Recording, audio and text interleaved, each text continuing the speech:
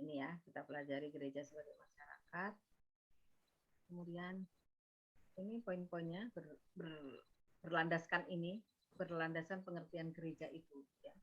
Gereja itu adalah satu perkumpulan ya, dari bahasa. Ya, kita sudah sama-sama belajar ya, kalau yang namanya perkumpulan, lembaga, ya itu adalah masyarakat. Ya. Sosiologi ini objeknya adalah masyarakat. Dan gereja itu adalah masyarakat dari penganut iman Kristiani. Ya. Kita tahu dari struktur sosial kemarin kita belajar ya bahwa struktur itu ada dua, diferensiasi sosial dan stratifikasi sosial. Nah, gereja itu adalah kelompok penganut agama atau penganut iman Kristiani ya. Secara diferensiasi sosial itu ada kelompok masyarakat itu ada di dalam kelompok berbagai macam. Sepertinya suaranya udah keluar tadi. Ya, Novi udah keluar kayaknya. Tiba-tiba muncul sendiri ya. Ada suara lah dikit-dikit ya, walaupun putus-putus. Baik, ini ya, ini gereja. Jadi pengertian ini kita sudah tahu ya, gereja adalah kumpulan atau lembaga, jadi ya adalah masyarakat, adalah dari bahasa Asia, ya, bersama-sama di dalam waktu yang lama, ya. Maka disebut masyarakat. Ini yang mendasari, ya, gereja adalah masyarakat. Kemudian etimologi lainnya yang lebih detail lagi.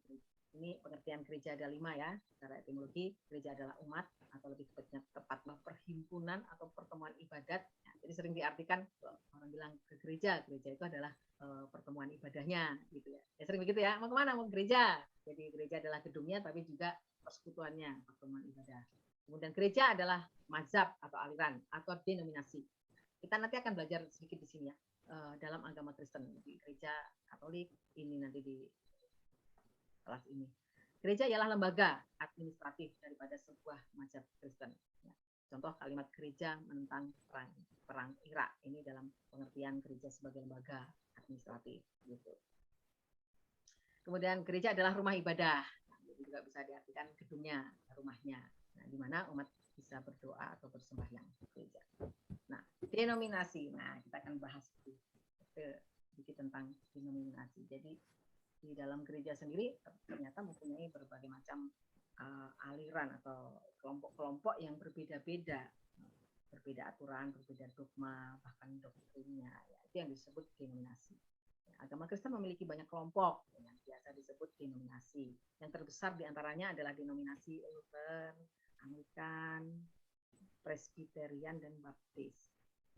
Nah, sementara gereja Katolik dan gereja Ortodoks Timur tidak menganggap dirinya sebagai denominasi. Ya. Ini agak berbeda memang ya. Katolik dan Ortodoks dia tidak menganggap sebagai denominasi karena dia menganggap dia berbeda dengan Kristen. Gitu.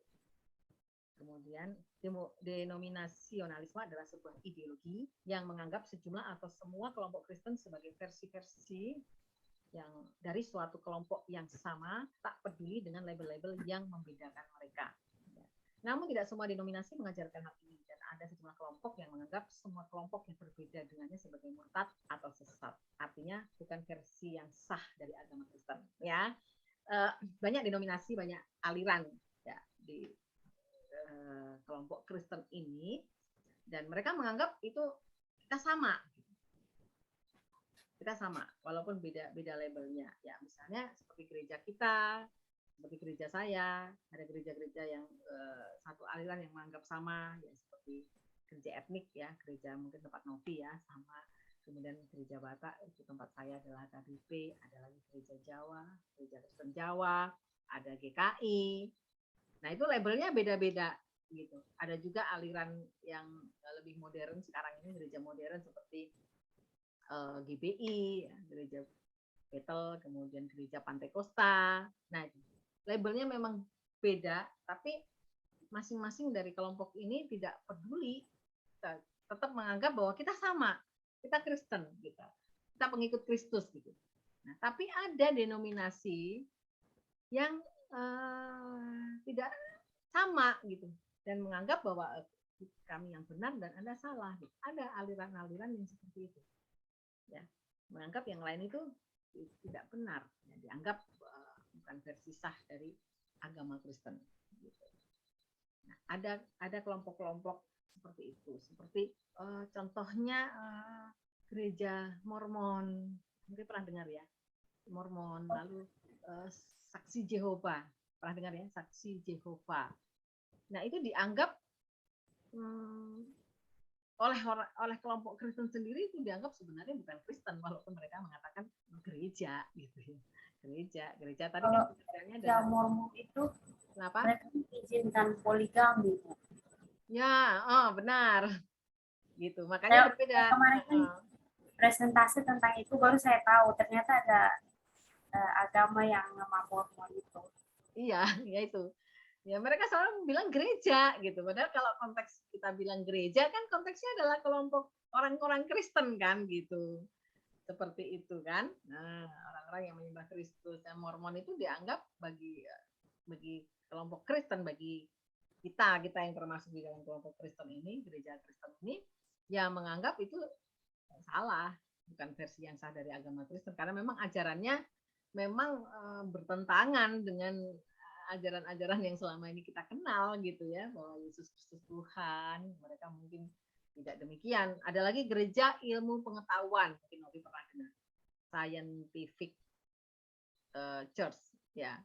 Itu juga bagi mereka dasar kehidupan adalah ilmu pengetahuan. Jadi bukan Yesus Kristus gitu. Maka lalu dikatakan itu bukan versi yang sah dari agama Kristen. Maka tidak diakui kan dari kelompok Kristen sendiri, dari denominasi yang ada, itu gereja ini tidak masuk ke situ. Tidak masuk di situ. Yang diakui oleh Dewan Gereja, ya ada. Kita kan punya Dewan Gereja ya, yang menaungi semua itu, yang ada di bawah PGI ya.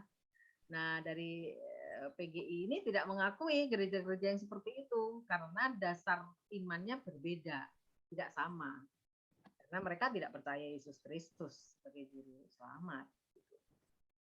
Seperti itu. Dan itu banyak denominasi di antara kita sendiri di dalam kelompok Kristen, di dalam gereja Kristen sendiri. Gitu. Ternyata terpecah-pecah, ya, terpecah-pecah dengan berbagai aliran. Gitu. Nah, ini penting juga ya bagaimana kita bersikap terhadap teman-teman atau saudara kita dari aliran yang berbeda. Nah, kalau dahulu kadang masih seperti bertentangan ya, jadi kayak pertentangan, jadi konflik, merasa bahwa ajaran kami, doktrin kami yang benar. Jadi kemudian pada berdebat gitu ya, masalah mana yang benar, apa Lutheran kah atau Calvin kah gitu, Calvinis gitu kan.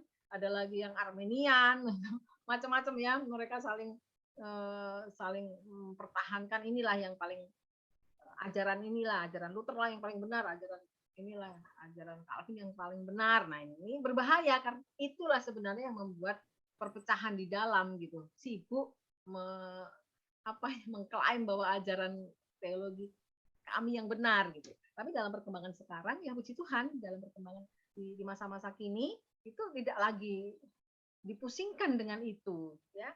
Kita nggak peduli lagi ya dengan label-label. Semakin ke sini gitu. Ya itu terjadi perubahan. Yang salah satu perubahan sosial juga di situ ya. Kita tidak lagi pusing, sehingga akhirnya gereja-gereja karismatik dengan gereja yang konvensional gitu bisa bersama-sama melayani berdampingan gitu. Ya, sebagai contoh kami pernah dulu dari HKBP melayani bersama-sama dengan gereja Pantekosta. Bersama-sama melayani. Gitu. Lalu gereja Pantekosta ini menyediakan perjamuan kudus. Ya kami ikut bersama-sama waktu itu di lapas ya. Kami pelayanan di lapas, di lembaga pemasyarakatan di salah satu di Yogyakarta waktu itu. Nah, kami melayani bersama-sama warga lapas itu, padahal ini beda sekali kan alirannya kan gitu. Tapi bisa, dan ketika dari GPDI Gereja Pantekosta ini mengadakan perjamuan, ya kami ikut gitu, tidak memasalahkan gitu. Mau itu Pantekosta, kami yang konservatif, ya enggak masalah gitu. Intinya perjamuan kudus, walaupun gayanya berbeda ya. Kalau gereja etnik kan kusuk ya, kusuk sekali gitu ya. Tenang, jadi kayak memberikan perjamuan itu kan kayak sakral sekali ya, langsung. Jadi sedikit berbeda memang gitu. Kalau di HKBP kan pendeta di depan begitu, langsung jemaat akan menghampiri, datang, kemudian diberikan satu persatu dengan sangat kusuk gitu ya, dia berdiri di depan altar begitu kan. Itu kalau di HKBP. Sementara di GPDI kemarin itu gereja Pantekosta ini enggak. Jadi dia pendeta yang datang mendatangi ini, jadi langsung mengambil di tempat duduk masing-masing begitu ya. Ya kami nggak memasalahkan itu gitu. Ya udah, beda-beda caranya. Ya kami waktu itu saya ikut kan ya ikut ngambil aja gitu. ikut ngambil dan ya dengan cara kami sendiri ya. Kita berdoa sendiri, oh ya memang beda caranya, tapi kita tidak memasalahkan itu, tidak peduli gitu. Dan kita bisa bersama-sama menikmati perjamuan kudus gitu ya.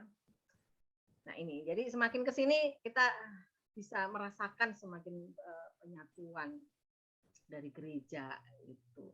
Tetap dengan labelnya masing-masing, tetap itu tidak berubah ya, masing-masing tetap punya ciri khas gitu, tapi kita tetap bisa bersatu. Gitu ya, ada banyak versi ya, tidak masalah. Ini puji Tuhan semakin ke sini gitu kita semakin bisa bersatu. Apalagi di masa pandemi sekarang ini ya.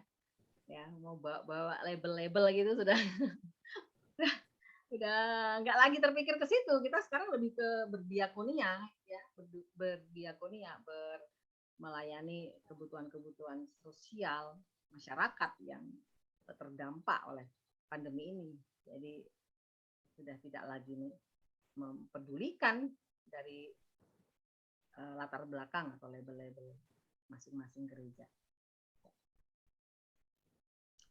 Kemudian ini taksonomi. Taksonomi itu adalah pengelompokan karena sesuatu hal. Nah, pembagian terbesar dalam banyak skema klasifikasi adalah antara gereja timur dan barat. Nah, ini sejarah gereja ya, nanti Novi mungkin bisa mempelajari sendiri ya. Ada mata kuliahnya sendiri kan tentang sejarah. Ya. Di mata kuliah Okumene juga ada dibahas tentang ini ya, kapan gereja itu dari gereja yang satu gereja yang umum, kemudian pecah ya, kemudian menjadi terpecah dua besar ya, ada gereja timur dan barat, kemudian terpecah-pecah lagi, yang gereja barat itu terpecah-pecah lagi, jadi begitu banyak ya, sampai ribuan denominasi ya.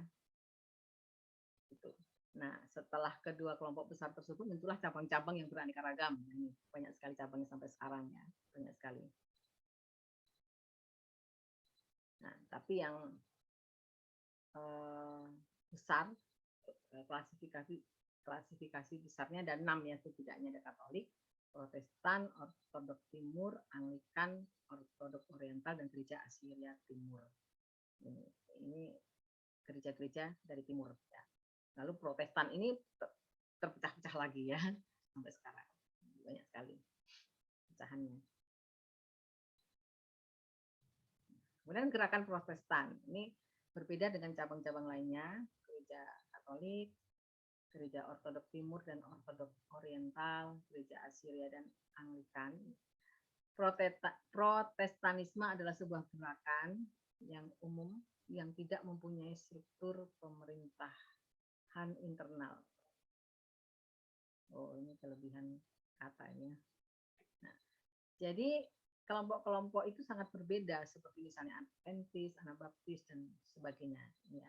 Dan bahkan mungkin restorasionis, tergantung pada skema klasifikasi yang digunakan. Semuanya adalah bagian dari keluarga yang sama, dan dengan variasi doktrin yang lebih jauh di dalam masing-masing kelompoknya. Ini. Jadi kalau melihat namanya pun unik ya, namanya pun Protestanisme ya, berarti gereja yang memprotes gitu ya. Ini gerakan pertama ini dilakukan oleh Martin Luther ya. Yang pertama dia melakukan protes, makanya disebut Protestan gitu, karena dia memprotes ajaran-ajaran, memprotes paham-paham atau tindakan-tindakan yang dilakukan gereja Katolik pada waktu itu. Tadinya kan satu ya, gereja Katolik pada waktu itu dia melihat adanya yang ketidakbenaran atau melihat ada penyimpangan dari Alkitab, lalu dia melakukan protes. Itulah dasarnya kenapa dinamakan Protestanisme. Ya. Oke. Kemudian ada, nah di luar cabang yang utama tadi, cabang utama ada 6 tadi ya. Nah, sementara definisi yang ketat tentang apa yang menjadi ciri dari agama Kristen harus utama sudah diberikan. Ada sejumlah kelompok yang berada di luar dari apa yang secara populer dipahami sebagai kelompok Kristen, namun memiliki sejumlah hubungan historis dengan komunitas Kristen yang lebih luas. Nah, ini. Jadi di luar cabang yang utama tadi itu ada lagi banyak ya aliran-aliran, dan itu sulit diberikan. Ya. Cirinya seperti apa begitu ya, kadang-kadang tidak bisa didefinisikan dengan jelas ya. Ini cirinya seperti apa sebenarnya aliran ini atau gereja ini. Ya. Ini. Jadi dari cabang-cabang tadi ada yang jelas ya seperti gereja Pantekosta, GBI itu ada jelas, tapi ada juga kelompok-kelompok yang tidak jelas gitu. Ya, bahkan ada kelompok atau aliran yang dia tidak punya gereja. Gitu. Jadi disebut mereka tuh menyebutnya sebagai gereja organik gitu. Karena gereja katanya gereja ini kan orangnya gitu ya, jadi dia bisa bergereja di mana-mana gitu. Jadi gerejanya dari rumah ke rumah, tidak punya gereja, bahkan tidak terdaftar sebagai lembaga tertentu. Ada yang seperti itu gitu. Berapa orang dia melayani dari rumah ke rumah. Saya sempat bertemu dengan ada teman saya yang seperti itu ya, menyebutnya sebagai gereja organik gitu, tidak punya lembaga, nggak punya gedung seperti itu, begitu ya. Nah ini sulit didefinisikan ya, sulit diidentifikasi gitu, karena tak terlihat ya, gerakannya sering tak terlihat ya, karena nggak ada gedungnya, nggak ada secara administrasi, nggak ada gitu. Pokoknya konsepnya ya gereja adalah kami orang-orang berkumpul dalam nama Yesus, kemudian dia siap dibaptis, dia bisa membaptiskan orang gitu. Dia bisa membaptis gitu, lalu persekutuannya juga dari rumah ke rumah. Jadi konsep jemaat mula-mula ya. Nah itu dipakai. Dia memakai konsep jemaat mula-mula. Gitu. Kan begitu ya dulu jemaat mula-mula ya. Nah, tapi zaman itu sih sudah ada bait Allah sebenarnya ya. Ada tempat-tempat ibadah sebenarnya gitu. Setelah itu sebelum itu sebenarnya konsep bait Allah itu sudah ada sebenarnya dari perjanjian lama dulu ya, itu sudah ada, memang dikhususkan satu tempat, bahkan ada suku tertentu yaitu suku Lewi ya, itu yang dikhususkan untuk mengelola bait Allah, kemudian dia mengelola persembahan, itu suku Lewi yang mengadakan puji-pujian, penyembahan, yang mengatur itu semua ya, mengatur kegiatan peribadahan, itu suku Lewi. Jadi sejak perjanjian lama sebenarnya sudah ada, tapi gereja ini ada yang seperti itu. Nah, tidak, karena menganutnya itu gereja orangnya kan begitu ya. Jadi merasa ya nggak perlu kita punya gedung dan sebagainya. Itu ada. Itu memang sulit diidentifikasi. Bahkan saya juga tidak tahu apakah itu masih ada atau tidak. Saya sudah tidak pernah lagi bertemu dengan teman saya ini. Nah, saya pernah dulu ada teman saya yang dia melakukan seperti ini. Gitu. Gitu. Dan dia membaptis juga. Saya juga heran gimana ya ini. Baptisannya itu ya bagaimana ya gitu. Karena konsepnya ya katanya pergilah, beritakanlah, ajarkanlah dan baptislah gitu. Jadi tidak ada gedung gereja, nggak ada lembaga, tidak masalah begitu. Konsepnya itu. Kan kita ditugaskan memberitakan, mengajar dan membaptis gitu. Ya sah-sah aja. Di mana 2 atau 3 orang berkumpul, Tuhan hadir. Nah, itu kan dipakai juga ada ayat-ayat dasarnya yang mendasari itu gitu. Sehingga dia bisa membaptis. Cuma saya tidak tahu apakah gerakan ini masih ada atau tidak. Ya kenapa sampai kita tidak tahu ya, karena memang nggak ada lembaganya, nggak ada kantornya, dia sangat pribadi sekali ya, susah diidentifikasi gerakannya. Nah, yang gereja-gereja seperti ini, aliran seperti ini memang tidak masuk di dalam aliran yang dalam hal ini di bawah Dewan Gereja, itu PGI ya. Kalau kita kan ada di PGI, lalu ada satu lagi yang membawahi seperti gereja-gereja karismatik dan sebagainya, itu kan ada lembaga yang membawahi itu kan. Itu yang diakui oleh pemerintah. Nah, banyak sekali yang di luar-luar itu yang kita tidak tahu ya, banyak sekali. Masih ada atau tidak gitu, kita tidak tahu ya. Nah, lalu kelompok Kristen dengan akar Yahudi ini masih ada juga kelompok yang mempertahankan identitas Yahudi. Ini masih ada. Bersama-sama dengan penerimaan Yesus sebagai Mesias dan mengakui kewibawaan perjanjian baru adalah orang-orang Yahudi Mesianik yang juga disebut sebagai orang-orang Kristen Ibrani. Nah, masih ada kelompok yang mempertahankan identitas Yahudi. Yang pasti ini di Israel sana ya, makanya ya mereka masih mempertahankan identitas keyahudiannya.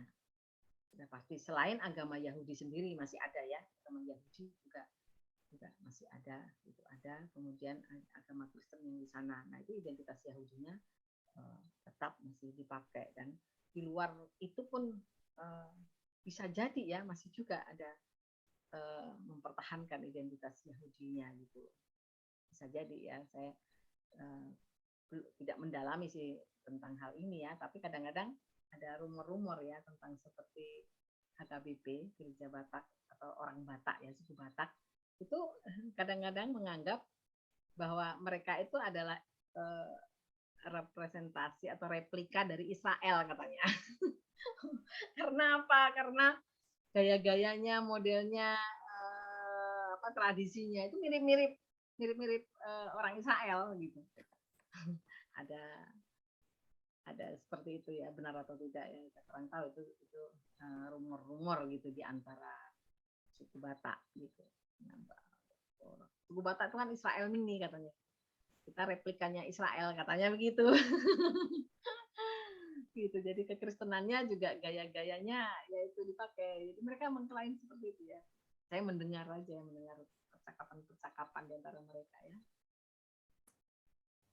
Nah, kemudian ini yang tidak terkategori ya. Beberapa denominasi muncul bersamaan dengan munculnya tradisi Kristen Barat, menganggap diri mereka Kristen, tetapi bukan Katolik ataupun sepenuhnya Protestan. Seperti misalnya Perhimpunan Keagamaan Para Sahabat atau Quaker. Ini di luar negeri ya, bukan di Indonesia. Gitu ya. Dia bukan Katolik, tapi juga bukan Protestan gitu. Jadi ini tidak terkategori. Kalau contoh yang di Indonesia ini saya juga contohnya tidak menemukan ya. Apakah ada di Indonesia? Karena yang saya dapatkan ini ada di luar ya, ada di Inggris. Nah, tapi unik ya, ini ada gerakan mistis dan Injili Kristen, ini lucu, unik ya, di Inggris. Tapi menolak para pendeta gitu. Ya, mereka bilang Injili gitu kan, tapi mereka menolak para pendeta, lalu menolak Anglikan, Katolik ya, sakramen resmi Anglikan dan Katolik itu mereka tolak gitu. Nah, jadi ini tidak terkategori masuk mana, dibilang Protestan juga bukan, karena mereka menolak pendeta, ya. Padahal Protestan kan ada pendeta gitu, jadi mereka menolak itu. Tapi Katolik juga bukan. Kemudian gerakan mesianik, ini tradisi-tradisi iman lainnya mengklaim dirinya bukan sebagai turunan dari kelompok-kelompok manapun yang disebutkan di atas. Jadi sudah ada banyak kelompok-kelompok, banyak ya, ada Ortodok, Katolik, Assyria Timur, dan ada 6 ya tadi ya. Nah, ini ada tradisi yang namanya gerakan mesianik ya. Dia mengklaim tidak termasuk dalam kelompok-kelompok yang sudah disebutkan. Nah, nih, kalau gereja Yesus Kristus mungkin pernah dengar ya, barangkali gereja Yesus Kristus dari orang-orang suci zaman akhir misalnya seringkali dikelompokkan bersama-sama gereja Protestan, tetapi mereka tidak menyebut dirinya sebagai Protestan. Nah, ini ya. Jadi gereja ini termasuk sebenarnya dalam gerakan mesianik ya. Di Indonesia ini ada nih, saya pernah tahu ini ya, kelihatannya setahu saya ini ada gereja Yesus Kristus dari orang-orang suci zaman akhir. Itu adalah gerakan mesianik. Mereka dikelompokkan bersama gereja Protestan, tetapi mereka sendiri tidak menyebutkan sebagai Protestan gitu. Seperti itu. Gereja ini muncul pada masa pembangunan besar kedua sejajar dengan penginjilan berbagai agama pribumi Amerika lainnya. Amerika ya, dari Amerika.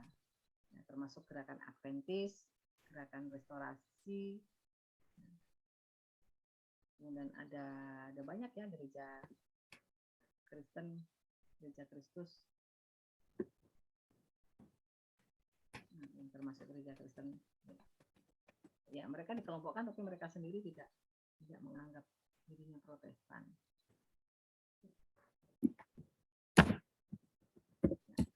Nah, lalu pemikiran baru, ini sebuah gereja-gereja atau semi-Kristen dikelompokkan bersama-sama di bawah nama gereja-gereja pemikiran baru.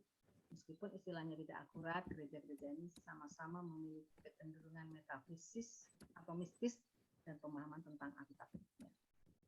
Salah satu dari kelompok metafisis Kristen yang tertua adalah kaum Swedenborgian yang didirikan berdasarkan ajaran-ajaran Emanuel Swedenborg pada tahun 1787.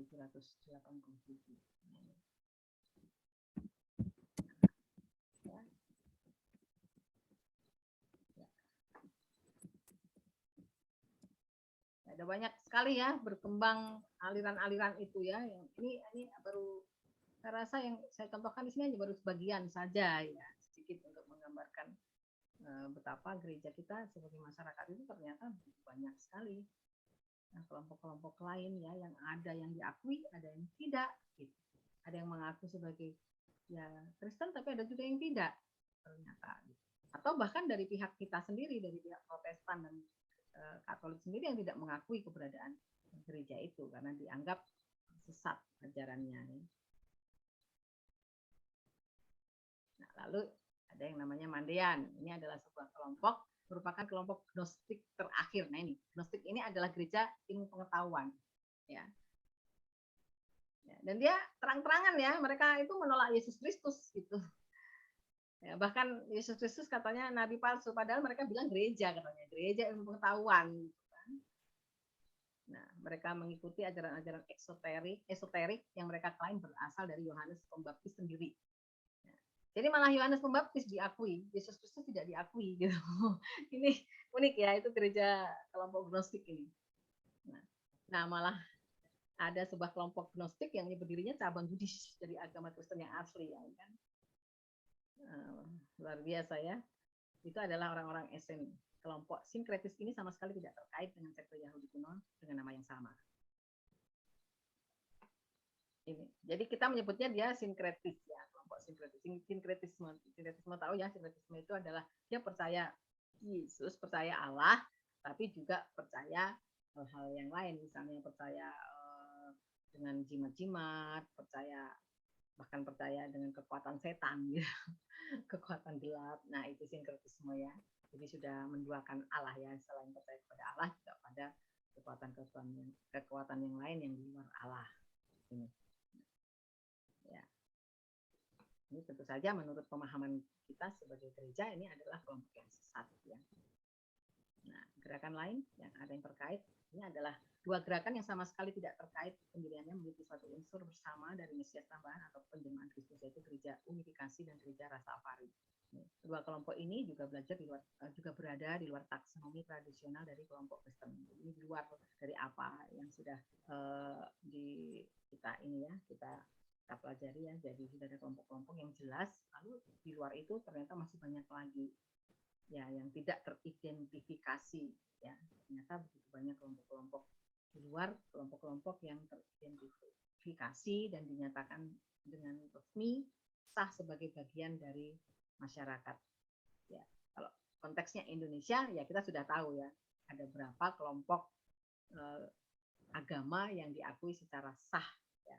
Lalu dari Kristen sendiri juga ada juga sekian banyak kelompok aliran yang diakui secara sah, tapi masih banyak yang tadi itu di luar itu semua ya yang tidak diakui secara sah gitu, baik oleh pemerintah sendiri maupun oleh kelompok Kristen sendiri tidak menganggapnya itu sebagai gereja ya, karena aliran pemahamannya atau ajarannya yang tidak sesuai ya, seperti tadi ya, tidak mengakui Yesus Kristus sebagai Tuhan, Yesus adalah nabi palsu ya, udah jelas itu bertentangan ya dengan pengakuan iman kita ya.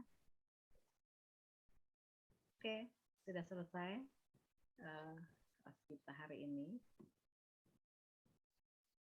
Ya. Ini hari pertemuan terakhir ya? Ya, ini pertemuan terakhir.